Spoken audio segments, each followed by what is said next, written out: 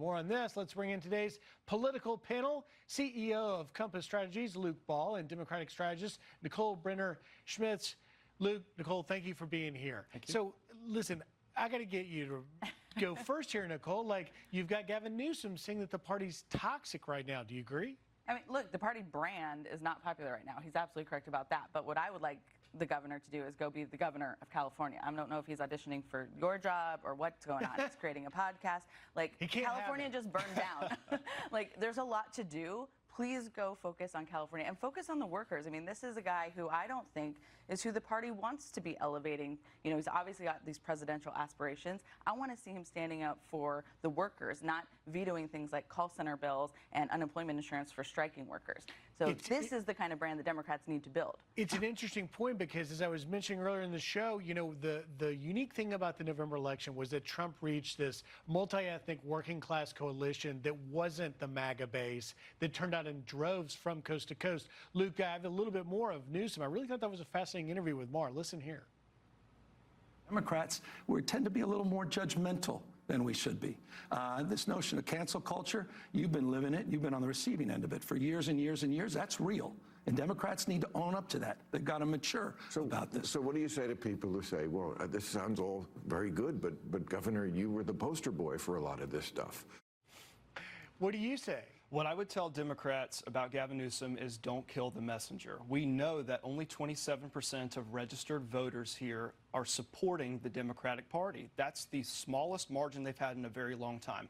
66% approval rating for, I think, Republicans, and then the opposite for Democrats. It's completely tanked for them, and they have completely given the messaging over to Jasmine Crockett that has filled the airwaves. For years, the Democrats were saying that Donald Trump and MAGA Republicans were a threat to democracy, an imminent threat to democracy. And now that Gavin Newsom is trying to reach across the aisle and establish a conversation, they're unable to do that without criticism from within their own party. He's actually doing some of the legwork to try and lay the groundwork for the Democrats to claw back some of that base you were just talking about. That coalition is crucial for them to win any election in the near future, and unless they open channels of dialogue, they will never win another election. You mentioned, Luke, Jasmine Crockett, which gave me a great segue for my question for Nicole.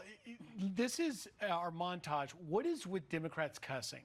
It's like they all of a sudden just became foul-mouthed. Listen here. Here's some recent examples. When they go low, we go high, he can go If you could speak directly to Elon Musk, what would you say? Off. It's total bull. I think I can kick most of their I do that. Donald Trump and Elon Musk. Wash their mouths out with soap, as my mother would say. But is this coordinated? Or is this just emotional? There's no memo unrestrained going around the Democratic Party saying use the F word. And as a person who uses it a lot, I don't want to be too critical of that, sadly. But I think it's a frustration that you're seeing. And I think a lot of those were them at rallies, rallying up the base. They're talking to people who are angry about what's going on. They're angry about some of the Medicare and the Medicaid cuts. And they're frustrated, and they're just firing them up. I think what they're talking about is the effective part, is the actual messaging. It's not the swear word. So I asked it, Luke, since you only because we did see Trump as a candidate at rallies occasionally curse, and it seemed to be pretty effective in terms of getting people talking about it, you know, getting moments of energy at those rallies when he would do so. And he would talk about how Reverend Franklin Graham told him not to cuss, then he'd cuss. I think that because you've seen it increase in the Democratic Party recently, in the absence of an intelligent debate with policy positions and messaging for the American people, it lowers the level of dialogue. I would submit that it's very lazy dialogue on behalf of the Democrats who don't have a message, who don't have a centralized leader, who's giving all of the messaging over to Republicans. Because if they had a concise message, if they had something that was going to win them elections, if they had a winning argument for the American people, they would be out there on television, on these podiums, in front of these crowds, giving that message, but they don't. So all they have to do is revert back to this language. Nicole's smiling, and I would submit to you, Luke, that we're about to find out if they do have that message, because we've got these two races in Florida on Tuesday, the 1st District and the 6th District. We can remind our viewers just how narrow this is. The balance of power in the House, 218 to 215.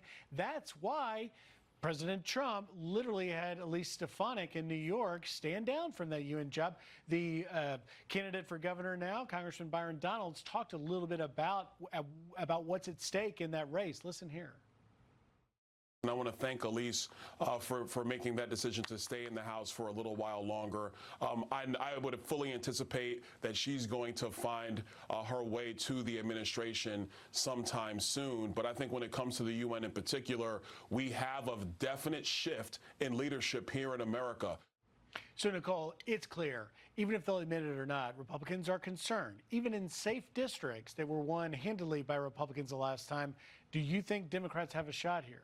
I mean, look, we are seeing this huge overreach of this administration. We're seeing people realize that they thought, okay, there is waste in government. We need to address that. Everyone can agree on that. But this is affecting them in their communities in a way that they didn't expect. They thought it was a drain the swamp in D.C., but it's really affecting them at home. And it's not just the people, if you cut Medicaid, it's not just the people on Medicaid, you on your private insurance at a hospital. That hospital gets federal funding.